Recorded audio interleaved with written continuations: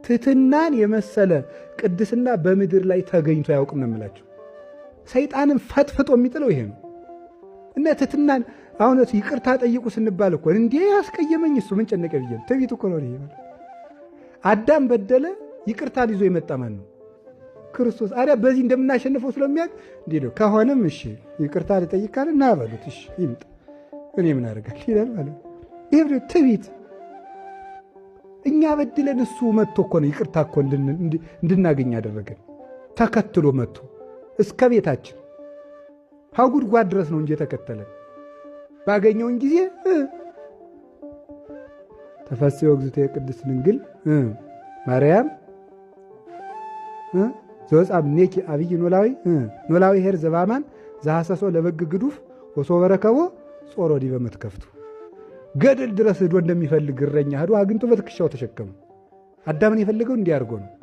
እንዳንታረቅ ትዕቢት፣ እንዳንጸልይ ትዕቢት፣ በጸሎት አስቡ እንዳንል ትዕቢት፣ ያለችን ጥቂት ኩርማን እየቆጠርን ትዕቢት።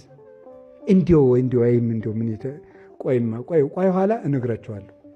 እንዲው እንደባሰን ማለት ነው። ትሕትና ባለፈው ነገርኳቸው። ጳጳሱ እንኳን ሌሊት ተቀን እየተጋደለ የዝሙት ኃጢአት ሲቃወሙ መልአኩ መጥቶ ምንድን ነው ያለው? የትሕትና ሥራ ካልሰራ አይጠፋልህም እኮ ነው። ስለዚህ እንዲህ ያደርግ ተርታ ቆብ አድርጎ የመነኮሳትን መጸዳጃ ቤት ነበር የሚያጸዳ ማለት ነው። ለቀቀለት። እዚያ ኋላ የትሕትና ሥራ ጾም ብቻ አያጠፋውም፣ ጸሎት ብቻ አያጠፋውም፣ ስግደት ብቻ ሰይጣን አያጠፋውም። ሰይጣንን የሚያጠፋው ትሕትና ይባላል ሰውየው። እስኪ በሉ እንጂ ያው ትዕቢት አይደል? እንዲህ አድርጎ እንዲሁ አንቆ የገደለን እኮ ትዕቢት ነው። እንዳንናዘዝ ትዕቢት፣ እንዳንታረቅ ትዕቢት፣ እንዳንጸልይ ትዕቢት፣ በጸሎት አስቡ እንዳንል ትዕቢት፣ አንቆ የያዘን ትዕቢት ነው። ተነካን ብለን የምናብደው ትዕቢት፣ ጨርቃጭ እንደብድ። ክርስቲያኑ ምቅልጥ ነው እንጂ ክርስትና ጨርቁን ጥሎ ሰው እያበደ ማለት ነው። እንትና እንደዚህ አድርጎ ተናገረኝ። አቤት አቤት አቤት አቤት! ክርስቶስ ተሰደበ ብለን አምነን እኮ ነው ደግሞ እንደዚህ የምንለው። እንዲሁ ትዕቢታችን ልክ አለው ትላላችሁ?